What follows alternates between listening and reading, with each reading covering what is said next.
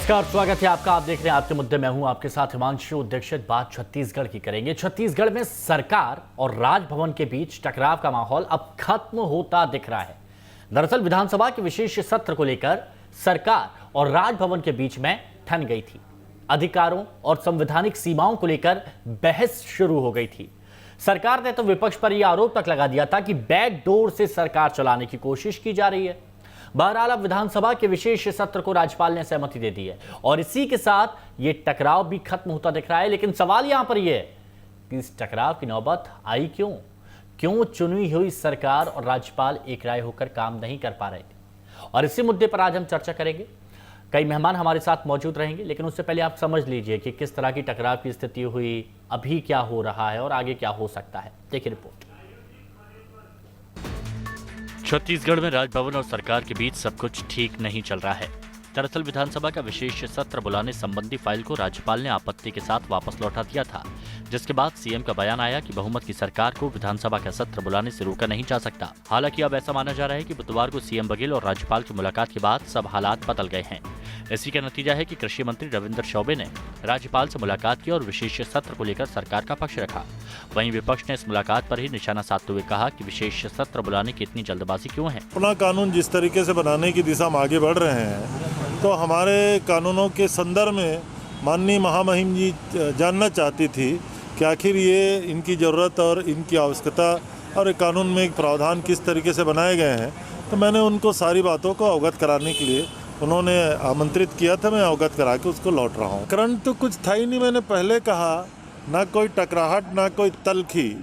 महामहिम को जानने का हक है और हम लोग सरकार की ओर से उनके पास जा कर के इन सारी बातों को अवगत कराते हैं। महत्वपूर्ण विषय है कि जब चुनाव की प्रक्रिया में पूरे सभी राजनीतिक दल लगे हुए हैं, 3 तारीख को मतदान है, हमको इंतजार करना चाहिए और वेट करके 3 तारीख के बाद का डेट के बारे में बात करना चाहिए।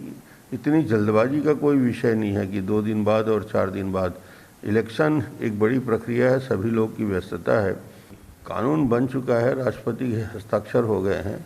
अब किसी प्रकार के प्रदेश के किसी बिल का कोई औचित्य नहीं होगा। चलिए अब ये जानते हैं कि सरकार को आखिर विशेष सत्र बुलाने की जरूरत क्यों पड़ी। छत्तीसगढ़ सरकार केंद्रीय कृषि कानून के विरोध में है। केंद्रीय कृषि कानूनों को रोकने के लिए विशेष सत्र बुलाया जाना है।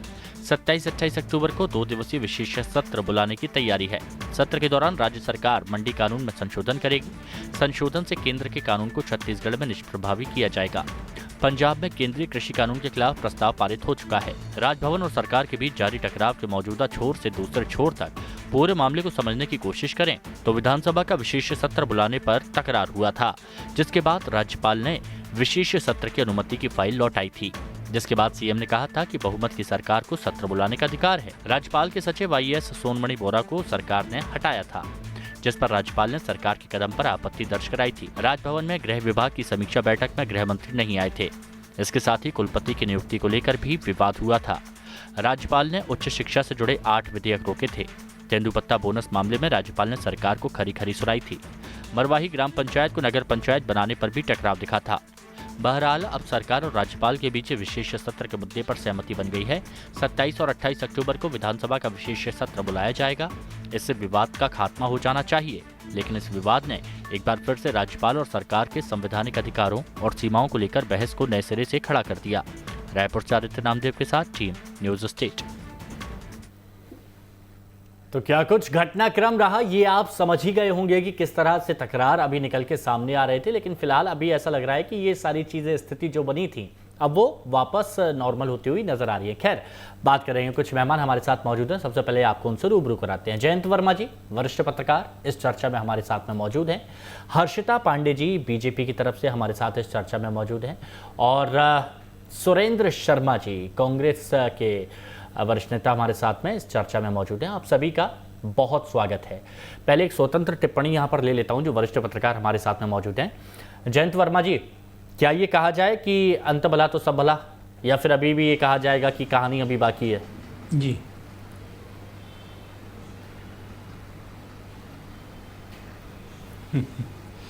देखिए हिमांशु जी, इसमें राज्यपाल महोदय का ये जो ये है एक मतलब उनकी शंका रही होगी कि सत्र क्यों बुलाया जा रहा है, चुनाव है, ये सब है। परंतु हमारे लोकतंत्र में जो जनहित है, जनहित को सुनिश्चित करने का काम तो पूरा का पूरा ये हमारी जो चुनी हुई विधानसभाएं होती हैं उनका होता है। और उसको यदि लगता है कि कोई काम बहुत ज़रूरी है तो किया जाना चाहिए। और अभी जो सबसे बड़ी समस्या है, जो पूरे देशव्यापी जो किसानों का आंदोलन चल रहा है, उसको लेके सोनिया गांधी जी ने ये कह दिया है सभी कांग्रेस के शासित राज्यों को कि वो केंद्रीय कानून को नल एंड वॉइड करने की कोशिश करें, यानी उसको अमान्य करने की कोशिश करें। और उसका पंजाब सरकार ने ये काम किया भी है। तो जो कृषि है ये राज्य का विषय है, और राज्य का विषय है तो इसमें केंद्र सरकार कानून बना दे तो वो उसको ओवररूल करने का भी इनको पावर हो सकता है। तो मुझे लगता है कि ये जो पूरा सत्र है ये इसीलिए बुलाया जा रहा है कि ये केंद्रीय कानून को वो नल एंड वॉइड करके और राज्य में जो एमएसपी है, जो मिनिमम सपोर्ट प्राइस है, वो उससे कम कीमत पर खरीदी को गैर कानूनी घोषित करें। ऐसा कानून यदि वो पास करते हैं तो किसानों की जो सबसे बड़ी मांग है अभी वो पूरी हो जाएगी और फिर ठीक है, सारी चीज स्पष्ट आएगी। अच्छा, भी सुनिश्चित हो जाएगा। आदित्य नामदेव भी हमारे साथ जुड़े हुए, पूरा घटनाक्रम बखूबी तरीके से देख रहे थे, बहुत बारीकी तरीके से, और प्रदेश की जनता तक एक एक बात यहाँ पर पहुंचा रहे थे, हमारे साथ जुड़ गए हैं। आदित्य, अभी ये सारी चीज़ नॉर्मल होती हुई नज़र आ रही हैं, लेकिन आपको क्या लगता है कि ये पूरा घटनाक्रम क्यों घटित हुआ? क्या ये अहम की लड़ाई थी, अधिकारों की लड़ाई थी, या फिर कुछ और था?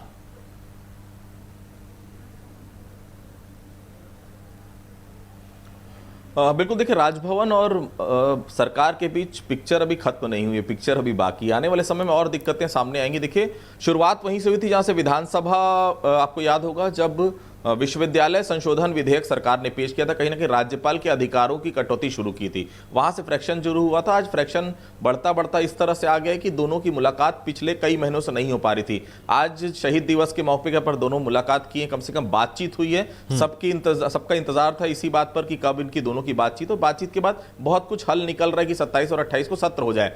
लेकिन देखिए, सीधी बात है, 2500 रुपए धान का समर्थन मूल्य जिस प्रकार से दे रही है सरकार, एमएसपी के अलावा राजीव गांधी किसान न्याय योजना के लिए जो 4 किस्त दे रही है, टोटल 2500 रुपए प्रति क्विंटल के हिसाब से दे रही है सरकार। यही चाहती कि ये कम राशि इससे कम ना हो पाए। सरकार की तरफ से मुख्यमंत्री ने खुद प्रेस कॉन्फ्रेंस की थी, हिमांशु जी आपको याद होगा, उसमें साफ तौर पर उन्होंने कहा था कि साफ जो कमेटी की रिपोर्ट आई उसमें यह बताया गया कि 2500 रुपए से कम, मतलब साफ एमएसपी खत्म कहीं ना कहीं सरकार करने जा रही है। मंडी प्रणाली धीरे से खत्म हो जाएगी तो हमारे किसानों को नुकसान होगा। और ये सरकार केवल किसानों का नाम लेकर और किसानों की बात सुनकर या किसानों की मांगे पूरी करके ही सत्ता में काबिज हुई, इतना बड़ा मैंडेट मिला है। ये सरकार बिल्कुल नहीं चाहती कि किसानों को किसी तरह से निराश किया जाए, और ये सरकार सबसे पहले चाहती है ऐसा कानून बनाया जाए जो नजीर पेश हो बाकी राज्यों के लिए। तो देखिए, साफ तौर पर कृषि मंत्री भी कहते हैं कि राज्य का अधिकार है कृषि से संबंधित कानून बनाना, तो वो हम बना रहे हैं। निश्चित तौर पर जो आने वाला विधानसभा है, 2 दिन का जो सत्र रहेगा, इसमें नए कानून सामने आएंगे, और कहीं ना कहीं कृषि कानून की काट लेकर नया जो कानून आएगा वो छत्तीसगढ़ सरकार लेकर विधानसभा में आने जा रही है। सुरेंद्र शर्मा जी, क्या ये माना जाए, क्योंकि बहुत से लोगों ने कहा था कि अधिकारों को कम करने की कोशिश यहाँ पर की जा रही है राज्यपाल की, और इसी वजह से शायद राज्यपाल में थोड़ी बहुत नाराजगी थी और ये तकरार चला आ रहा था। क्या आप इस बात से इत्तेफाक रखते हैं? आपका क्या मानना? देखिए हिमांशु जी, जहाँ तक छत्तीसगढ़ में इस तरह की स्थिति को नहीं कहा जा सकता कि कुछ बातें हुई और हमारे महामहिम राज्यपाल के सम्मान को छत्तीसगढ़ की सरकार ने पूरा ध्यान रखा, और उन्होंने भी अपने कुछ गलतफहमियां थी या कुछ बातें थी, उनको निराकरण होने के बाद उन्होंने भी सहयोग किया। आज विधानसभा बुलाने के लिए अधिसूचना जारी हो गई है, और यहाँ टकराव की स्थिति मैं नहीं कह सकता, मगर इसको आप दूसरे परिप्रेक्ष्य में देखें तो भारतीय जनता पार्टी के द्वारा नियुक्त राज्यपाल अन्य राज्यों में, चाहे महाराष्ट्र हो चाहे राजस्थान हो, जिस तरह की घटनाएं हो रही हैं और जिस तरह से राजभवन जो है एक तरह से सत्ता विरोधी एक खेमे के रूप में काम कर रहा है, ऐसी घटनाएं हिंदुस्तान में इस केंद्र सरकार के नेतृत्व में बहुत हो रही हैं। मगर छत्तीसगढ़ में मैं ये कह सकता हूँ कि हमारे सुखद स्थिति है, और इसमें किसी तरह से टकराव की कोई संभावना नहीं है। हमारे महामहिम राज्यपाल भी छत्तीसगढ़ का भला चाहते हैं और छत्तीसगढ़ का सरकार तो उनका भला करने के लिए बनी ही है, इसलिए इसमें टकराव की स्थिति नहीं है। और ना मैं सोचता हूँ कि आगे लड़ाई होगी, अगर कोई मत मतांतर होंगे तो वो भी आगे भी बातचीत से हल कर लिया जाएगा, ऐसा मेरा विश्वास है। हर्षिता पांडे जी, आपका क्या कहना है इस पूरे मसले पर, जो भी घटनाक्रम अभी घटित हुआ था, और सुरेंद्र जी को तो अभी आपने सुन ही लिया है।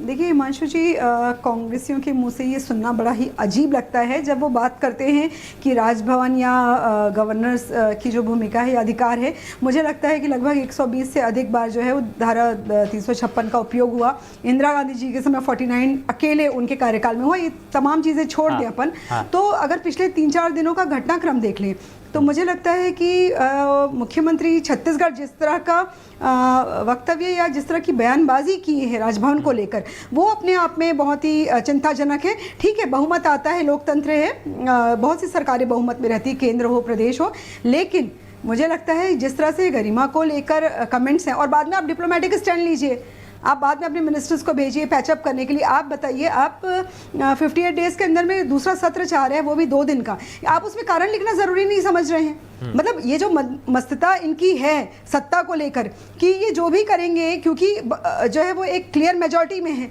तो इनको ना तो विपक्ष की ये है, लेकिन ऐसा नहीं होता लोकतंत्र में। हर्षिता जी, लेकिन कांग्रेस की तरफ से ये कहा गया कि जब राज्यपाल ने पूछा कि क्यों जल्दबाजी है आपको बुलाने की, 58 दिन पहले हुआ था, तो फिर सरकार ने जवाब दे भी दिया।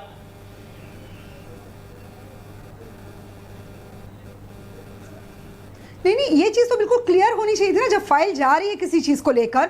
और मुझे लगता है जितनी हड़बड़ी में ये दिखती है सरकार, आप देखिए हमेशा जब भी सत्र बुलाया जा रहा है बहुत शॉर्ट और अपना इनका एजेंडा है, बाकी चीज़ों पे चाहते हैं कि जिम्मेदार मौन, जो विपक्ष है वो मौन रहे, ना जो है वो दुष्कर्मों पे बात होनी चाहिए, ना नशाखोरी पे बात होनी चाहिए। जिस तरह से एक छत्तीसगढ़ नशागढ़ बनते जा रहा है उस पर कोई बात नहीं होनी चाहिए। खुद मुख्यमंत्री के गृह क्षेत्र में किसान आत्महत्या कर रहे हैं, उस पर कोई बात नहीं होनी चाहिए। तो ये जो इनका एक तानाशाही रवैया है, और ये इस पूरी चीज़ में आप देखिए, पहले भी आपने बहुत अच्छे से शुरुआत में कवर किया कि किस तरह से राजभवन से बार बार इनका जो एक अधिकार क्षेत्र को लेकर, उनके अधिकार क्षेत्र में जाने का प्रयास सत्ता में चूर जो है वो कांग्रेस की छत्तीसगढ़ की सरकार कर रही है। तो मुझे लगता है शुरू में स्पष्ट कर देना था, पूछना क्यों पड़ता है। उससे आप देखिए एक गरिमा होती है, राजभवन की सरकार की गरिमा होती है। आप बार बार उसको जो है, मतलब ये तो हाइड एंड सीक वाला गेम है।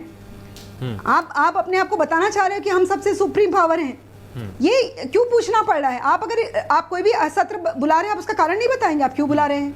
आदित्य, क्या ये मतलब आप रबर स्टाम्प चाहते पावर का मामला था? आदित्य, क्या ये सुप्रीम पावर का मामला था, या फिर किसी ने अपने अधिकार क्षेत्र को लांघने की कोशिश की और इस वजह से इतना विवाद हुआ, इतना मामला ये तूल पकड़ गया कि यहाँ पर सब लोग कहने लगे कि छत्तीसगढ़ में सब कुछ ठीक नहीं चल रहा है?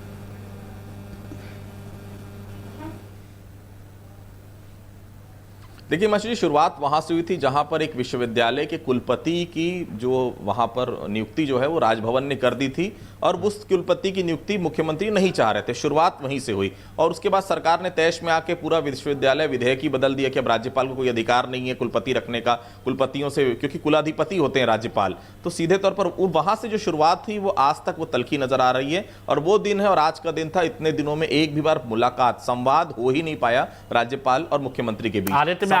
शुरू हुई, आदित्य मैं आपको रोकना तो नहीं चाह रहा था, ज्यादा बढ़ गए कि आदित्य मैं आपको रोकना तो नहीं चाह रहा था, लेकिन जो पॉइंट आपने उठाया, जो मुद्दा आपने उठाया है, इस पर मैं सुरेंद्र जी की राय भी जानना चाहता हूं, शर्मा जी की, कि क्यों ये सारी चीजें निकल के सामने आई। जैसे कुलपति की बात की थी राज्यपाल की तरफ से, लेकिन उसके बाद बदल दिया गया, सारे हालात बदल दिए गए, तो ऐसा क्यों हुआ?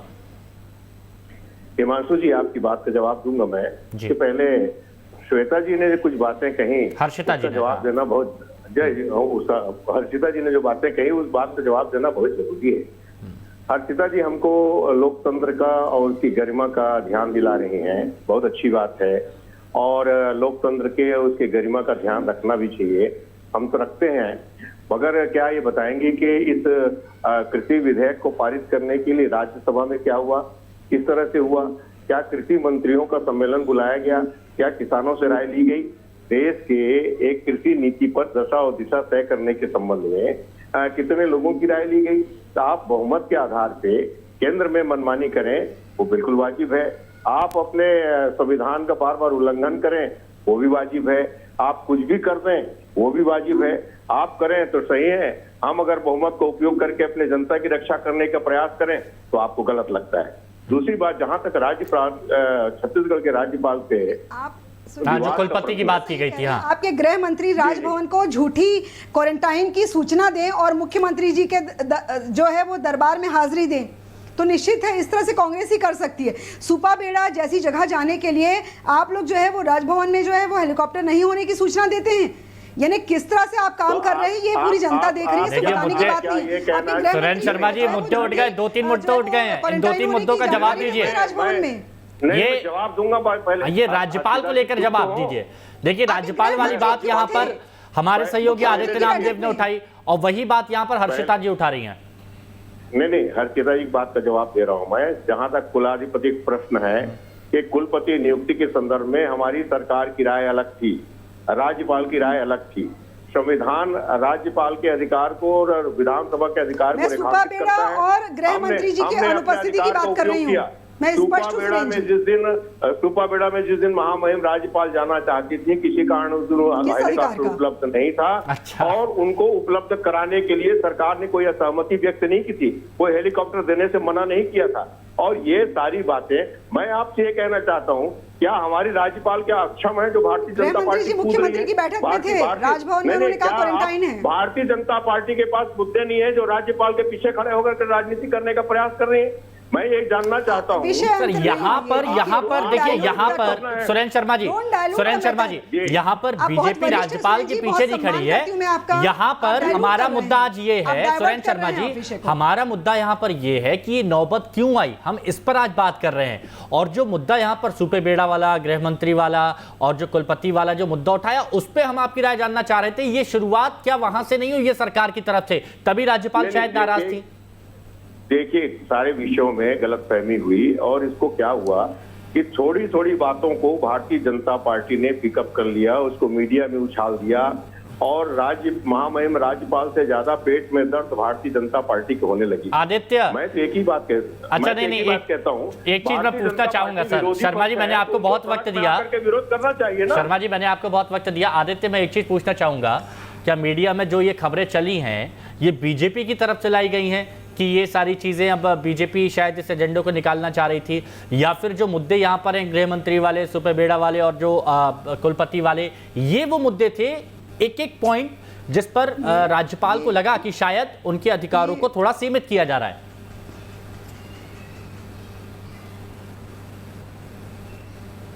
बिल्कुल हिमांशु, देखिए सुरेंद्र शर्मा जी को एक बात याद रखना चाहिए कि कृषि किसानों के हित के लिए राज्यपाल ने प्रधानमंत्री को पत्र लिखा था। ये नहीं भूलना चाहिए कांग्रेस सरकार को। कांग्रेस सरकार के फेवर में उन्होंने प्रधानमंत्री को पत्र लिखा था। भारतीय जनता पार्टी के किसी सांसद, किसी विधायक ने उस पत्र के लिए ये नहीं किया था कि वो प्रधानमंत्री को पत्र भेजे, लेकिन राज्यपाल ने भेजा था सिर्फ मुख्यमंत्री के कहने पर। तो वो स्थिति बहुत अच्छी थी उस समय। लेकिन धीरे धीरे मैंने फिर कहा, संवादहीनता जहां पर होगी वहां दिक्कतें आएंगी। मंत्रियों को भेजने से नहीं होता, 2 मंत्रियों को भेज दिए, राज्यपाल से बात हो गई। मुख्यमंत्री और राज्यपाल, एक संवैधानिक प्रमुख है, एक राज्य का प्रमुख है, दोनों जब तक मुलाकात नहीं करेंगे, जब तक फ्रैक्शंस बढ़ेगा और कहीं ना कहीं जितनी दूरियां बढ़ेंगी इस प्रकार की चीजें समझ में आएगी। छोटी छोटी बातें, देखिए कुलपति का चयन का अधिकार राज्यपाल के पास शुरू से था, आपने वो कानूनी बदल दिया विधानसभा में, इसलिए 8 विधेयक अभी तक उन्होंने रोक के रखे हैं। सुपे बेड़ा उनको जाना था, आपने हेलीकॉप्टर आप कहीं दूसरी जगह से प्रोवाइड करा देते। धीरे धीरे जो तलखी बढ़ते गई, वो तलखी का ही कारण है। देखिए, राज्यपाल का भी एक संवैधानिक अधिकार है कि एक बार वो टिप्पणी के साथ भेज सकती है, दोबारा आपकी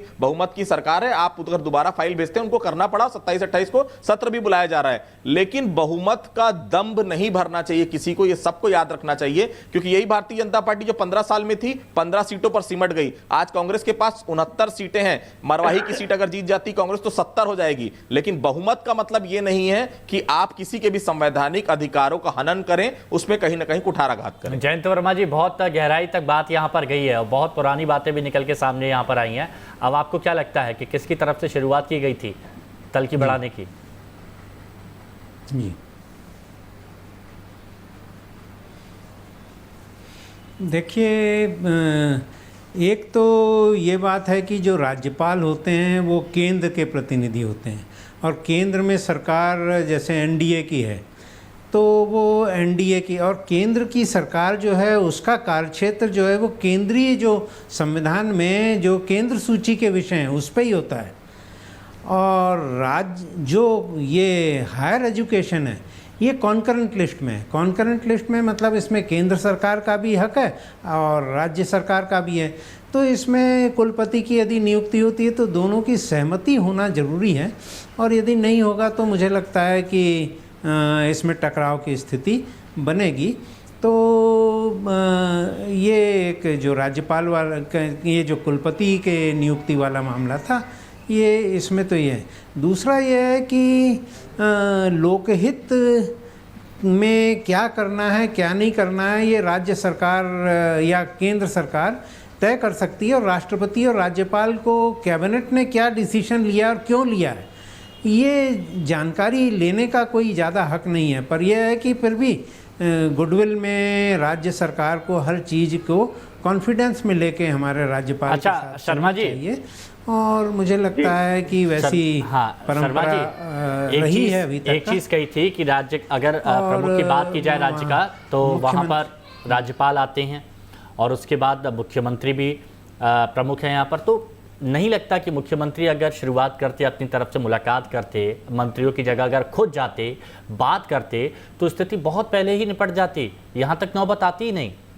जो गलतफहमियां जो आप कह रहे हैं कि गलतफहमियां आई थी वो खत्म हो जाती हैं।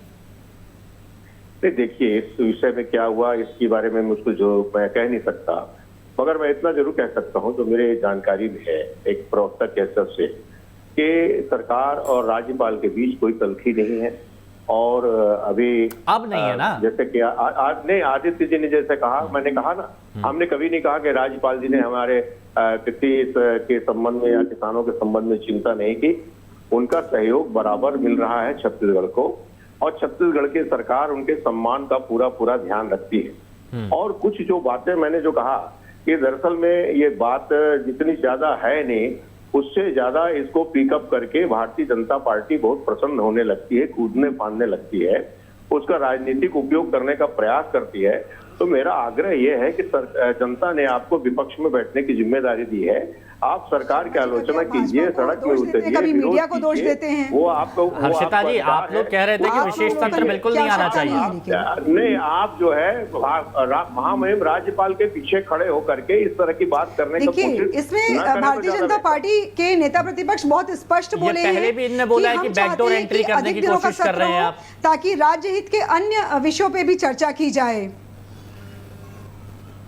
देखिए, मैं बहुत स्पष्ट आपको हिमांशु जी बोलना चाहती हूँ कि चाहे मुंगेली में 4 महिलाएं जिनको मृत घोषित कर दिया गया है वो राजभवन जाती है न्याय के लिए, एक प्रशासनिक अधिकारी एलिट क्लास का है, उस पे जो है दुष्कर्म का आरोप है, वो पीड़िता जो है वो राजभवन जाती है। यानी किस तरह से अराजकता जो है राजनीतिक और इनके राज में जो प्रशासनिक अराजकता है वो है कि लोग राजभवन जा रहे हैं। और ये हमारे लिए निश्चित ही बड़े सुकून का विषय है कि एक ऐसी जो है वो व्यक्तित्व, एक ऐसी महिला जो है वो राजभवन की जिम्मेदारी उनको दी गई है राज्यपाल के रूप में कि आम लोग उन तक पहुंच पा रहे हैं। अभी मुंगेली की परसों की घटना है कि 4 महिलाओं को मृत बता दिया गया था, वो अपने न्याय के लिए राजभवन पहुंच रही हैं। तो मेरा ये कहना है कि ये भाजपा और मीडिया के ऊपर दोषारोपण शर्मा जी शोभा नहीं देता।